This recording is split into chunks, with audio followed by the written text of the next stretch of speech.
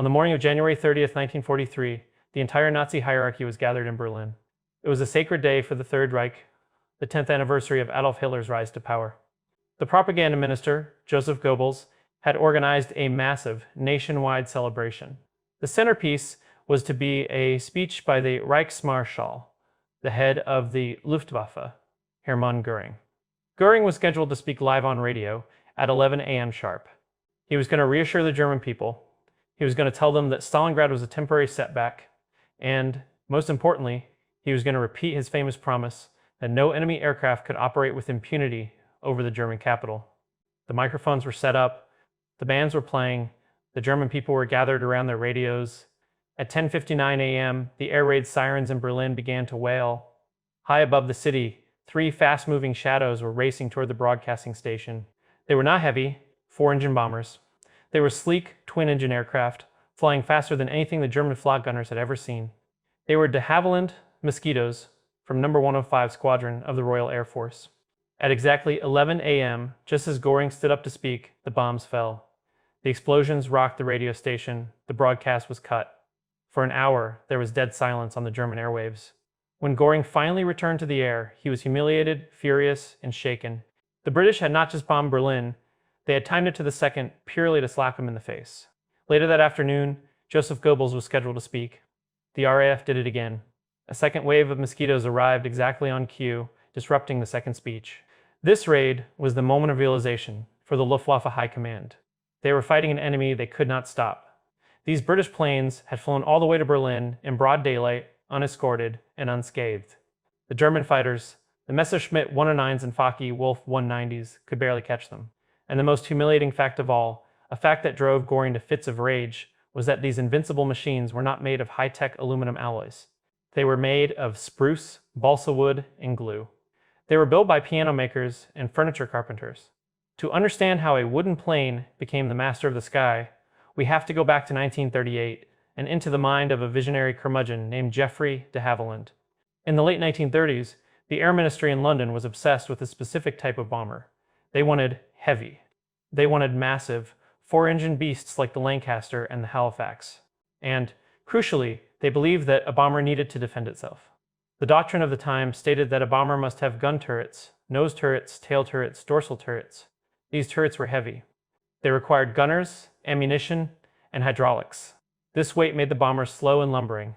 Geoffrey de Havilland had a different, radical idea. He proposed a high-speed, unarmed bomber.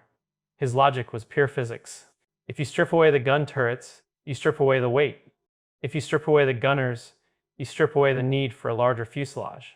If you make the plane small, streamlined, and put 2 massive Rolls-Royce Merlin engines on it, it will be so fast that it won't need guns. Its speed will be its armor. No fighter will be able to catch it. The Air Ministry laughed at him. They called the idea suicidal. An unarmed bomber? It was heresy.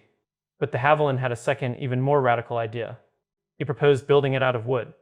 In the age of all-metal monoplanes, this sounded like a regression to World War I. But de Havilland wasn't being nostalgic. He was being a genius of logistics. He knew that if war came, aluminum would be a strategic material. It would be scarce. It would be needed for Spitfires and Lancasters. But wood? Britain had plenty of wood.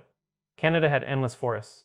Furthermore, building an aluminum plane required specialized factories, heavy drop forges, and skilled metalworkers. A wooden plane could be built by anyone who knew how to work with timber.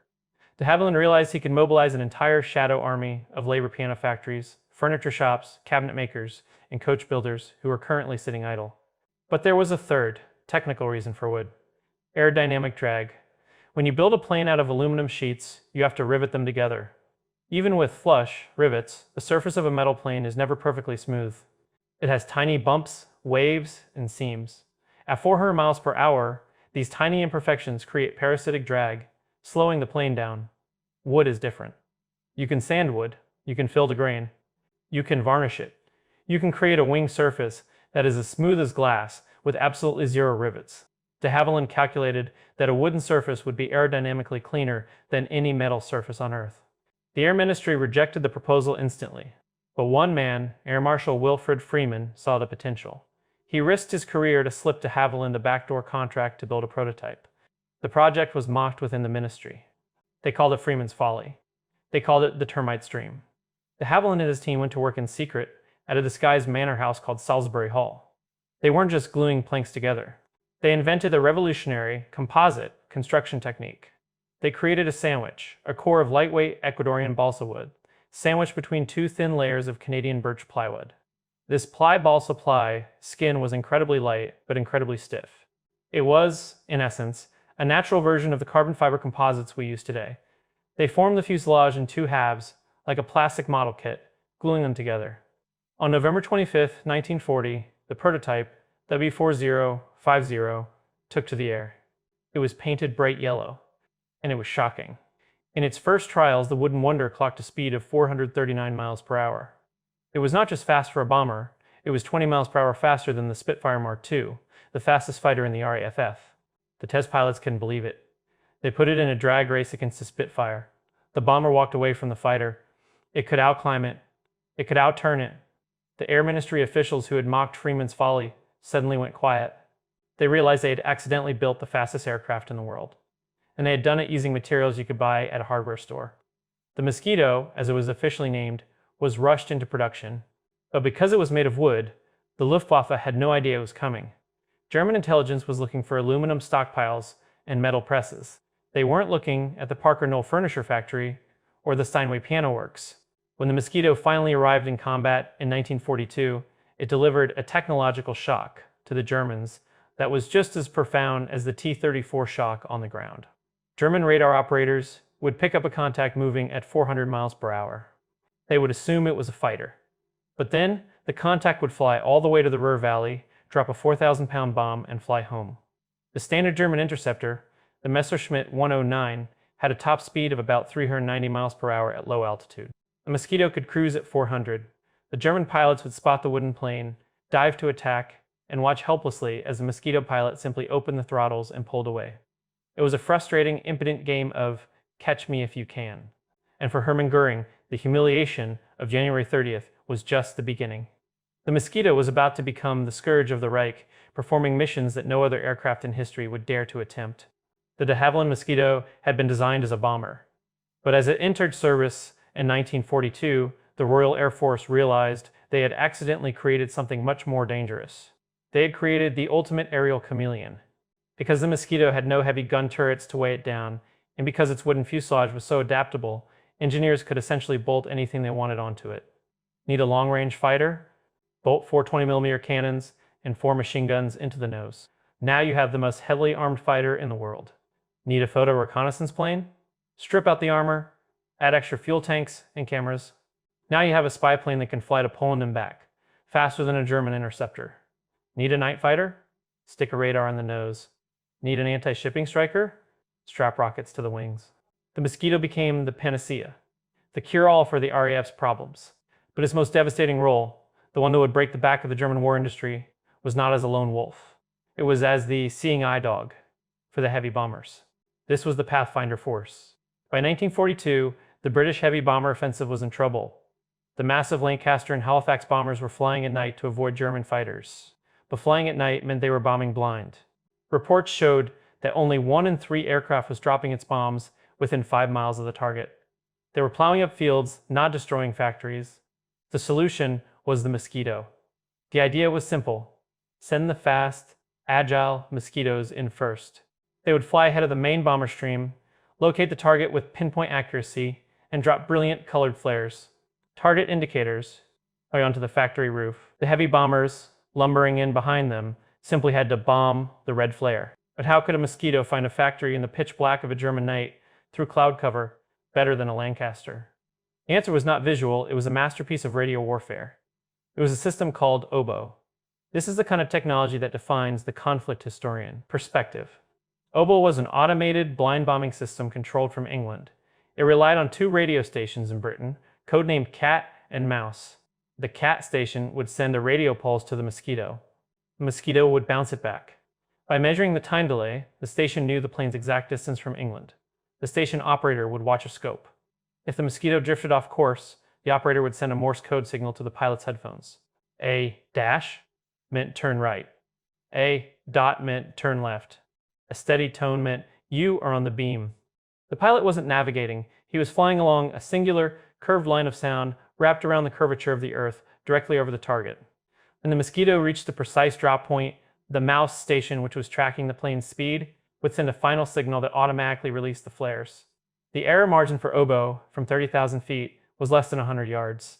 The moment of realization, for the German industrial planners, was terrifying. In 1943, the Battle of the Ruhr began. The Mosquito pathfinders, using oboe, marked the Krupp steelworks in Essen with impossible accuracy. The main force of heavy bombers followed up and devastated the target. The Germans were baffled. It was a cloudy, moonless night. They couldn't understand how the British were hitting specific factories without seeing them. The Mosquito pathfinders were the tip of the spear. But the wooden plane was also capable of surgical precision that was purely visual and deeply psychological. This was proven in the most famous, cinematic, and controversial raid of the Mosquito's career, Operation Jericho. In early 1944, the French resistance sent a desperate message to London. The Germans were holding over 700 resistance fighters and political prisoners in the Amiens prison in France. Many were scheduled for execution. The resistance begged the RAF to breach the prison walls to allow the prisoners to escape. It was a suicide mission. To breach the walls without killing the prisoners inside, the bombers would have to fly at treetop level at 300 miles per hour and drop their bombs with an accuracy measured in feet. A heavy bomber like a Lancaster couldn't do it. It was too big. A dive bomber was too slow. Only the Mosquito had the speed to get there and the stability to make the shot. On February 18, 1944, a wing of Mosquitoes, led by Group Captain Pickard, took off into a blizzard. They flew across the English Channel at an altitude of 10 feet, skimming the waves to stay under German radar. They arrived at Amiens at noon. The German guards were eating lunch. The first wave of Mosquitoes approached the prison walls. They weren't aiming for the building. They were aiming for the base of the 20-foot-high outer wall. The pilots released their bombs with fuse delays. The bombs smashed through the outer wall, skidded across the courtyard, and exploded. The wall collapsed. The second wave of Mosquitoes aimed for the guard barracks, blowing it apart and killing the German executioners while they ate. The third wave aimed for the main prison building itself. But they had to be surgically precise. They had to blow the doors off the cells without collapsing the roof on the prisoners. They placed their bombs perfectly. The walls blew open. Over 250 prisoners escaped into the French countryside. It was a jailbreak from the air. While the raid leader, Group Captain Pickard, was tragically shot down and killed by a Focke-Wulf 190 on the way home, the mission proved the Mosquito's unique, terrifying capability. It was a bomber that could knock on your front door. But while the Mosquito was embarrassing Göring in Berlin and breaking walls in France, it was arguably doing its most important work in a theater of war that is often ignored, the Battle of the Bay of Biscay. This was the war against the U-boats. As we discussed in our previous script, the U-boats had to cross the Bay of Biscay to get from their French bases to the Atlantic. The Allies patrolled this area with big, slow-flying boats like the Sunderland and the Liberator. The Germans countered with the Junkers Ju-88. This was a heavy fighter, armed with cannons, designed to hunt the slow Allied patrol planes. The Ju-88s were slaughtering the Sunderlands. The Hunters had become the Hunted. The RAF Coastal Command was losing control of the bay. They needed a shark to kill the sharks. They sent in the Mosquito. The RAF deployed squadrons of fighter-bomber Mosquitoes to patrol the bay. And the moment of realization for the German Ju-88 crews was brutal. They were used to fighting slow, lumbering, flying boats. Suddenly, they were engaged by a twin-engine wooden plane that was 100 miles per hour faster than they were, could turn inside them, and hit them with 4 20mm cannons. In 1 month, the Mosquitoes swept the Ju-88s from the sky. The German heavy fighters simply couldn't compete. They were forced to withdraw. The Bay of Biscay was open again for the U-boat hunters, but the Mosquito engineers weren't done. They wanted to kill the U-boats directly. But a U-boat is a hard target. Bullets bounce off its hull. Bombs are hard to aim. So, in 1943, the engineers created the T-7 Mosquito. They took a standard Mosquito and modified the nose. They removed the machine guns. In their place, they mounted a Mullins 57mm automatic cannon. This wasn't an aircraft gun. It was a 6-pounder anti-tank gun, fitted with an autoloader, strapped to the chin of a wooden plane. It was a flying piece of artillery. The Tsetse Mosquito was designed to hunt U-boats on the surface. A standard air attack required a pilot to dive, drop depth charges, and hope. The Tsetse pilot could open fire from 1,000 yards away. The 57mm armor-piercing shells would punch straight through the U-boat's pressure hull, smashing engines, batteries, and crew. On March 25, 1944, Tsetse Mosquito spotted the German U-boat U-976 in the Bay of Biscay. They didn't drop bombs. They strafed it with artillery shells. The U-boat crew, stunned by the sheer violence of the impacts which were tearing holes in their steel plating, were forced to abandon ship before they even knew what hit them. The Mosquito had turned into a flying tank destroyer. By 1944, the wooden wonder was dominating every altitude. At 30,000 feet, the Pathfinder Mosquitoes were guiding the destruction of German industry. At treetop level, they were breaking open prisons. Over the ocean, they were cracking U-boat hulls. But there was one final frontier left: the night. And it was in the dark skies over Germany that the Mosquito would face its deadliest adversary, and where the wooden construction would reveal a hidden, accidental superpower that no one, not even de Havilland, had predicted. By 1943, the night sky over Germany had become the most technically complex battlefield in human history. It was a deadly game of cat and mouse played in total darkness. The RAF heavy bombers, the Lancasters and Halifaxes, were the mice, trying to sneak through to their targets. The cats were the German Nachtschatte, the night fighter force. The German night fighters were deadly. Aircraft like the Messerschmitt 110 and the Junkers Ju-88 were equipped with Liechtenstein radar, huge deer antler antennas on their noses that allowed them to sniff out the British bombers in the dark. They were slaughtering the RAF formations. In some raids, the British were losing 5 to 8% of their bombers. Mathematically, a crew had almost zero chance of surviving a 30-mission tour. The RAF needed a bodyguard. They needed a predator that could go into the dark and kill the German cats. Once again, they turned to the Mosquito. But when the Mosquito night fighters entered the fray, a strange phenomenon began to appear in the reports of German radar operators. They found that the Mosquito was slippery. In 1943, radar worked by bouncing radio waves off a solid object. A metal plane, like a Lancaster or a Messerschmitt, was a perfect reflector. It appeared on a radar screen as a bright, solid blip. But the Mosquito was made of wood. Wood does not reflect radio waves like metal does. It absorbs them or diffuses them. The Mosquito wasn't invisible. It still had metal engines, metal spars, and a metal cockpit. But its radar cross-section was significantly smaller than any other plane of its size.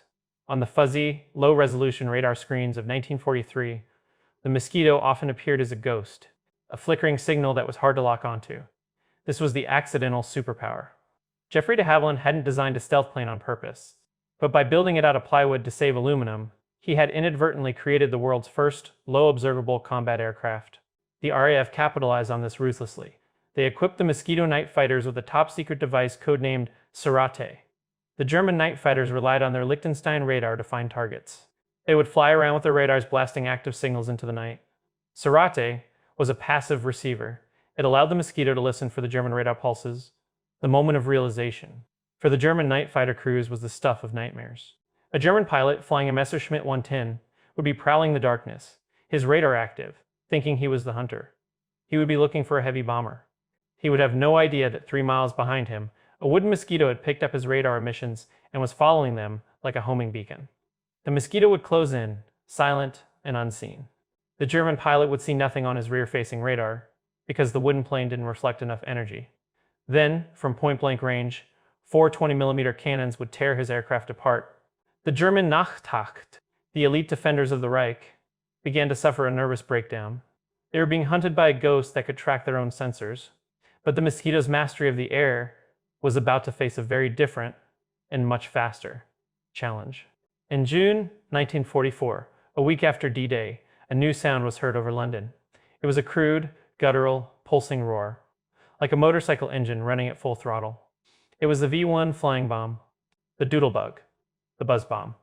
This was Hitler's first vengeance weapon. It was an unmanned cruise missile, powered by a pulse jet engine, carrying an 850-kilogram warhead. It was launched from ramps in France and aimed directly at London. The V-1 was a terrifying weapon for one specific reason: speed.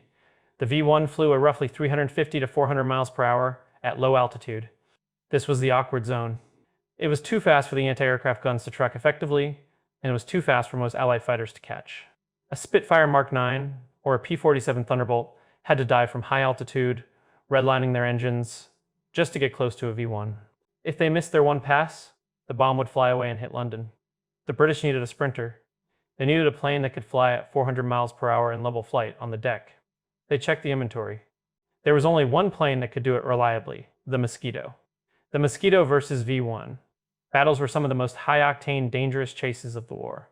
The Mosquito pilots would fly standing patrols over the English Channel waiting for the telltale flame of a V-1 launch. As soon as they saw the rocket, they would drop their auxiliary fuel tanks, slam the throttles through the gate, and give chase. But shooting down a V-1 was deadly. The Doodlebug was a flying bomb. If a pilot shot it from close range under 200 yards, the resulting explosion would disintegrate his own plane. But if he fired from too far away, the small target was hard to hit. The Mosquito pilots had to thread the needle. They had to sprint up to the bomb, stabilize their aim at 300 yards, fire a short burst, and then instantly break away to avoid the debris field. But the bravest and craziest Mosquito pilots found a better way. A weighted safe ammunition and showed the pure aerodynamic dominance of the wooden plane. It was called wing tipping. The V-1 was guided by a crude gyroscopic autopilot. It relied on staying level. The Mosquito pilots discovered that if they flew alongside the bomb, wingtip to wingtip, the airflow over the Mosquito's wing would disrupt the air over the V-1's wing. The Mosquito pilot would creep up, place his wing under the wing of the flying bomb, and then bank sharply. The aerodynamic pressure would flip the V-1 over. The bomb's gyroscopes would tumble, confused by the sudden roll. The V-1 would go into a chaotic spin and crash harmlessly into the empty fields of the English countryside. It was a maneuver that required nerves of steel, flying at 400 miles per hour, feet apart from a flying bomb, using your own plane as a physical lever to knock it out of the sky. It was the ultimate proof of the Mosquito's precision and power. Over 600 V-1s were destroyed by Mosquitoes in the summer of 1944, saving thousands of Londoners from death. But as the Allies advanced into Germany in late 1944, the Mosquito began to encounter the one threat that could actually challenge it. The Germans had finally developed their own high-speed wonder weapons, the Me-262 jet and the Me-163 rocket plane. For the first time in the war, the Mosquito was not the fastest thing in the sky. The German jets could reach 540 miles per hour. The hunters were becoming hunted again. On July 25, 1944, the same day our Me-262 script began, a Mosquito reconnaissance plane flown by Flight Lieutenant A.E. Wall was intercepted by a jet. He survived, barely. It was a moment of realization for the Mosquito crews. Their speed advantage was gone. But the Mosquito had one trick left. It couldn't outrun a jet. But it could swarm them where they slept. The RAF unleashed the 100 Group. This was a special electronic warfare unit. Their Mosquitoes were fitted with even more advanced Serrate detectors and jamming equipment. Their mission was not to run from the jets, but to hunt them during their most vulnerable moments, takeoff and landing. This was the Intruder mission. Mosquito pilots would loiter deep inside Germany, circling the jet airfields at night. They knew the German jets had short fuel supplies. They knew the runway lights had to be turned on for the jets to land. The Mosquito pilot would wait in the darkness, watching the black void below. Suddenly, a string of pearls would appear, the runway lights flickering on. A German jet, low on fuel, desperate to land, would be on final approach. The Mosquito would drop out of the sky like a hawk. It would strafe the jet on the runway, or drop bombs on the hangars, or shoot up the control tower. They turned the German airfields into flak traps, making the simple act of landing a death-defying ordeal for the Luftwaffe pilots. By 1945, the Mosquito was operating with total impunity over every inch of the Third Reich. It was bombing Berlin by night and day. It was hunting night fighters. It was strafing trains. It was sinking U-boats. It was carrying diplomats and spies into neutral Sweden and its Bombay. And yet, the most remarkable story of the Mosquito is not about what it destroyed, but about how many of them survived. Because of its wooden construction, the Mosquito was incredibly resilient. A metal wing, when hit by a shell, tends to warp, bend, or shear off because the metal fatigues. Wood is different. It doesn't warp. It splinters. Pilots would fly Mosquitoes back to base with holes in the wings big enough to crawl through. Mechanics would look at the damage, shrug, and call for a carpenter. They would saw out the damaged section, glue in a new piece of plywood, varnish it, and the plane would be ready to fly again the next morning. There is a famous photo from 1944. A Mosquito returned from a raid over Germany. It had collided with a chimney stack. The entire nose was smashed in. The propellers were bent. The fuselage was shredded. But the main wooden spar, the spine of the plane, had held. The pilot walked away. The fragile, wooden plane had proven to be tougher than the rugged metal ones. But as the war in Europe ended, the Mosquito had one final curtain call. It was sent to the Far East to fight the Japanese. And there, in the rotting humidity of the jungle, the wooden wonder finally met the one enemy it couldn't defeat. In 1945, with the war in Europe won, the Royal Air Force turned its eyes to the Far East. The war against Japan was raging in the jungles of Burma and the islands of the Pacific. The commanders needed a long-range, heavy-hitting fighter bomber to strike Japanese supply lines deep in the jungle. Naturally, they sent for the Mosquito. But when the Wooden Wonder arrived in the tropical heat of India and Burma, it faced an enemy far more insidious than the Japanese Zero or the German Flak. It faced biology. The de Havilland engineers, in their rush to build a plane in 1940, had used a standard organic adhesive known as casein glue. Casein is made from milk proteins. It is strong, easy to use, and was the industry standard for furniture.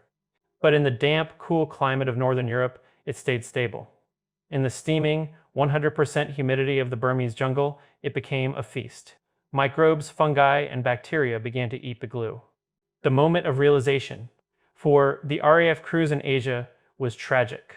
Pilots would take off for a routine patrol, and suddenly, without warning, their aircraft would simply disintegrate in midair. The wings would detach. The fuselage would split open like a ripe fruit.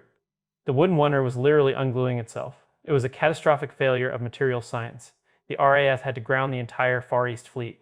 It seemed that the Freeman's Folly critics were finally right. Wood was a primitive, flawed material. But de Havilland proved them wrong again. They didn't scrap the plane. They simply changed the chemistry. They switched from the organic casing glue to a new synthetic resin called aerolite. This was a formaldehyde-based glue that was waterproof, heat-proof, and, crucially, microbe-proof. It was the first modern superglue. The new, synthetic bonded mosquitoes returned to the fight. They proved that the failure wasn't the wood, it was the chemistry. And with the new glue, the mosquito finished the war as the master of the jungle, just as it had been the master of the European night. As the Second World War came to a close in August 1945, the aviation world was rushing headlong into the jet age. Aluminum, titanium, and swept wings were the future. Most piston-engine planes, the Spitfire, the Mustang, the Lancaster, were instantly designated as relics, destined for the scrap heap or museums. But the Mosquito had one final, shocking surprise left. It didn't just survive into the jet age, it birthed it. Geoffrey de Havilland, the man who believed in wood, was also working on Britain's second jet fighter, the de Havilland Vampire. When the prototype Vampire rolled out, engineers were stunned to see the fuselage. It wasn't a sleek aluminum tube. It was a wooden, ply balsa, ply sandwich shell. It was the exact same construction technique as the Mosquito. In fact, the first jet aircraft in history to land on an aircraft carrier, a Sea Vampire landing on the HMS Ocean in December 1945, was made of wood. The Mosquito's DNA was so advanced that it was literally used to build the next generation of jet fighters. The primitive technology had become the foundation of the future. So, what is the final verdict on the Mosquito? How does the conflict historian judge this strange wooden anomaly? The Mosquito was not just a successful aircraft. It was a devastating critique of the entire military-industrial philosophy of the Axis powers. Nazi Germany and Imperial Japan were obsessed with high technology. They believed that superior warfare required complex, exotic, and expensive materials. They built the Me-262 jet, the V-2 rocket, and the Tiger tank.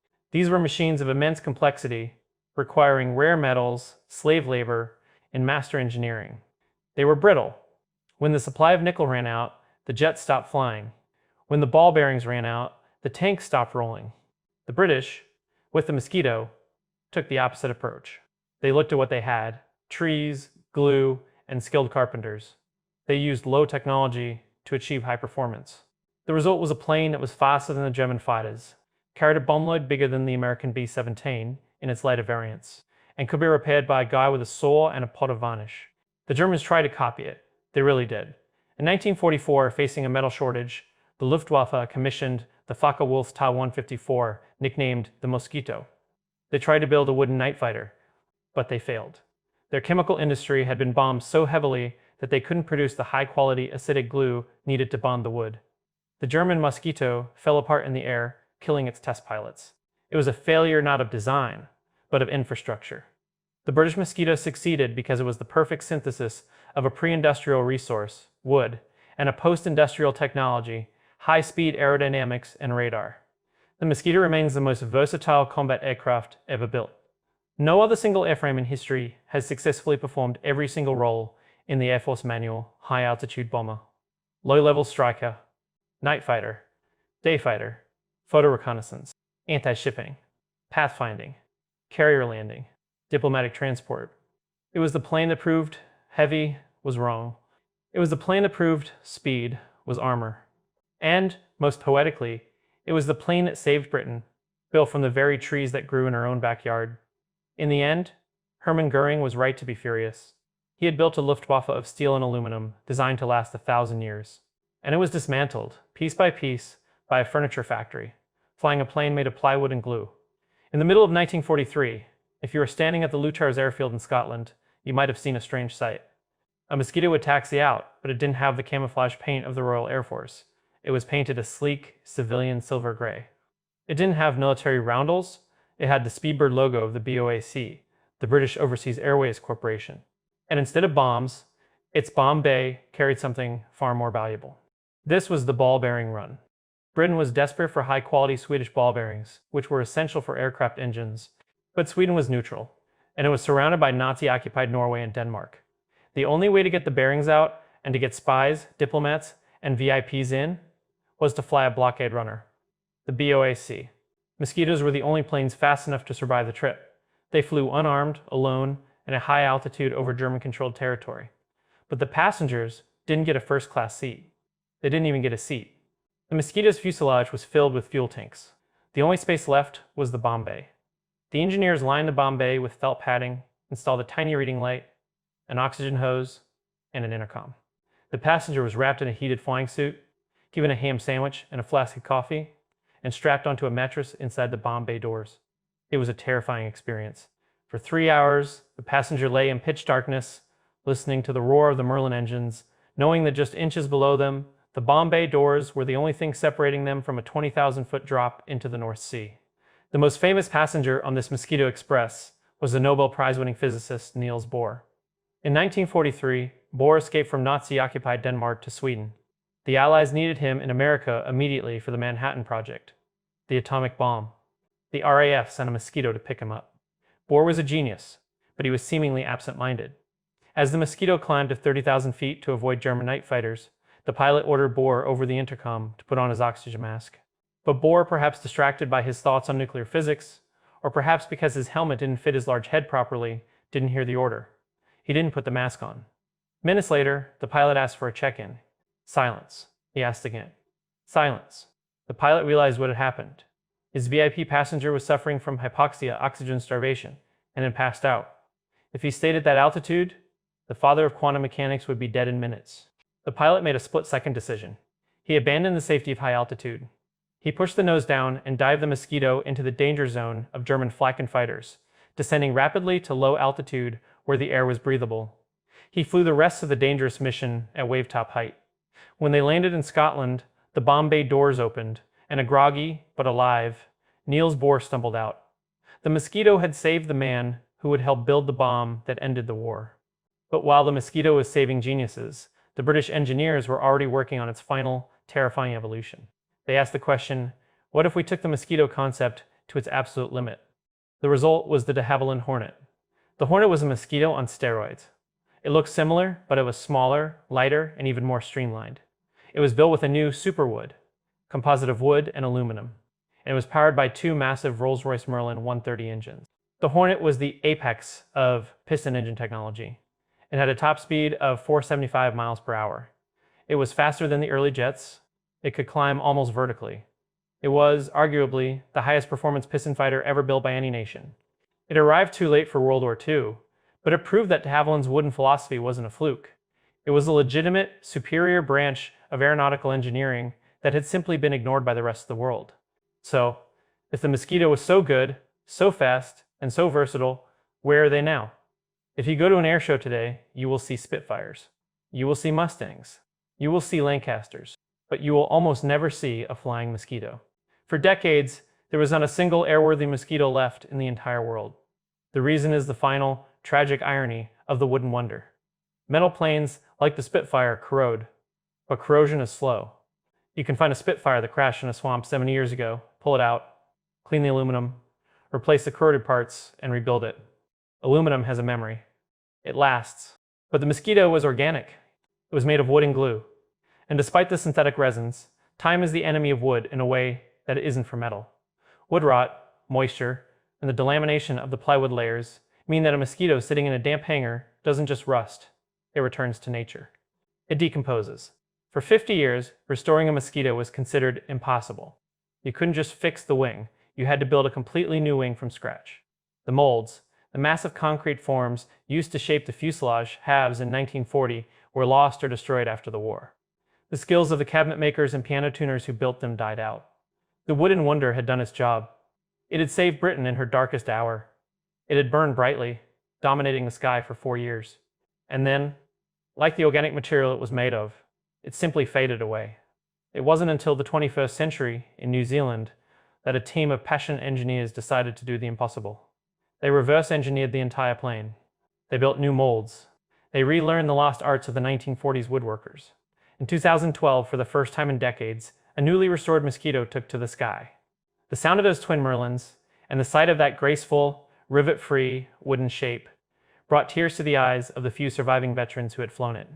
The final verdict of the conflict historian is this: the Mosquito was a singular event in history. It was a moment where the past and the future collided perfectly. It proved that the latest technology isn't always the best technology. Sometimes the best material isn't titanium or carbon fiber. Sometimes it's a spruce tree from Canada and a pot of glue. The Germans, with their Me-262, tried to force the future to arrive before it was ready, and they failed. The British, with the Mosquito, perfected the materials of the past, and they won. Hermann Göring turned green and yellow with envy not just because the Mosquito was effective, but because it was an insult to his worldview. It proved that a free society, using humble materials and ingenuity, could defeat a totalitarian state obsessed with superweapons. The Mosquito was not just a plane. It was the wooden stake in the heart of the Luftwaffe.